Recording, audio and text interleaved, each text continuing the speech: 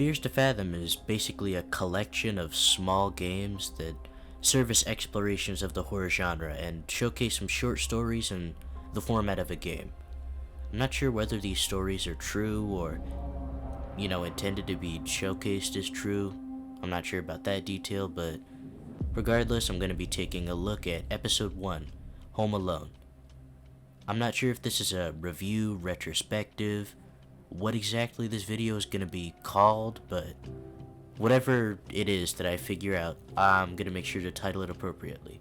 Anyways, let's go ahead and get started. On the subject of graphics and design, this game is made with the PS1 inspired graphical style, where everything, has limited graphics.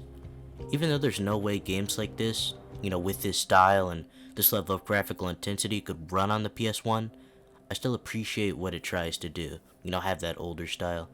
Because in reality, these kind of games would run on a PS2 or PS3 at the very least, but that's besides the point. I just really like things that have a graphical style that's lower, because it has so many pros and little to no cons if it's done well. It doesn't only save on development time by, not having to break your back making a game that looks photorealistic, but it also makes for a pretty unique visual style in itself. The only real con to it is that if you lean too far into the style, the game starts looking too limited and disorienting. I like the feel, the overall, what's the word? The overall mood that this game sets with its graphical style. It's a little bit unnerving, but, it's not disorienting with the graphics and all that. And yeah, the lighting looks good and consistent. Graphical fidelity is nice, no hiccups. I saw this one glitch at this one part, but it doesn't really matter. And there's a part where a character just clips through the wall, which is pretty weird, but it doesn't matter, it's okay. Alright, well, that's design out of the way. Let's go ahead and get into gameplay.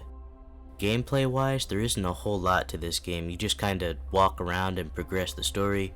You can pick up certain objects and get a prompt to throw them, but it doesn't end up being useful in any way. It's just kind of a surface level thing where you can drop items. It should have been called drop rather than throw, because when it says throw, that implies that it's being thrown at something. But yeah, it should have just said drop, but that's besides the point. Yeah, there's nothing wrong with gameplay being simple in general, but this game just feels like it could have done more. It definitely would have benefited from a camera system or something like that, like FNAF, where you just look around and keep tabs on everything.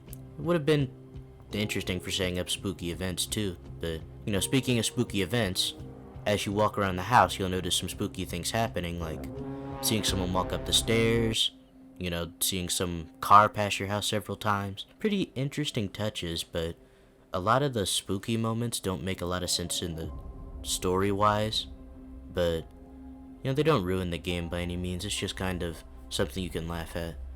Anyway, on the subject of story, let's move on to that next. The story of this game is that you play as a 14-year-old. I think that you're unnamed and your gender is not specified, but it doesn't matter anyway.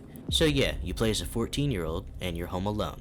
You progress the story by reading text from your mom, doing things around the house, and doing homework, eating an entire pan of lasagna. More than that.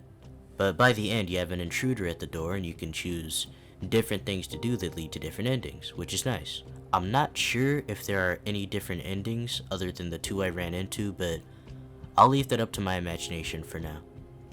During my first playthrough, I hid under the bed and the intruder got me, but on my second, he was looking at me through a window and he got me when I went outside. But when the intruder gets you, the game just ends and closes itself with a loud jump scare sound. Bro, what is that?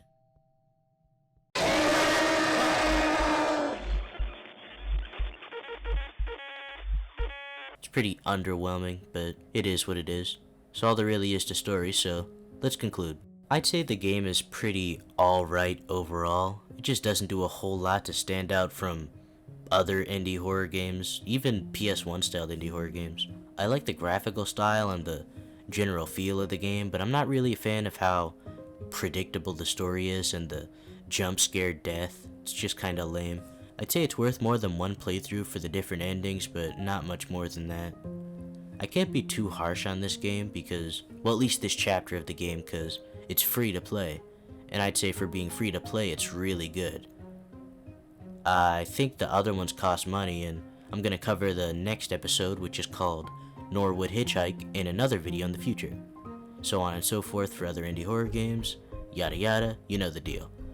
Anyway, this episode is free to play, as I said earlier, so you should give it a try and tell me what you think in the comments. There's a link in the description, and as I said earlier, there's a link in the description to my initial playthrough of this game. So yeah, that's all I really have to say, so until next time, farewell.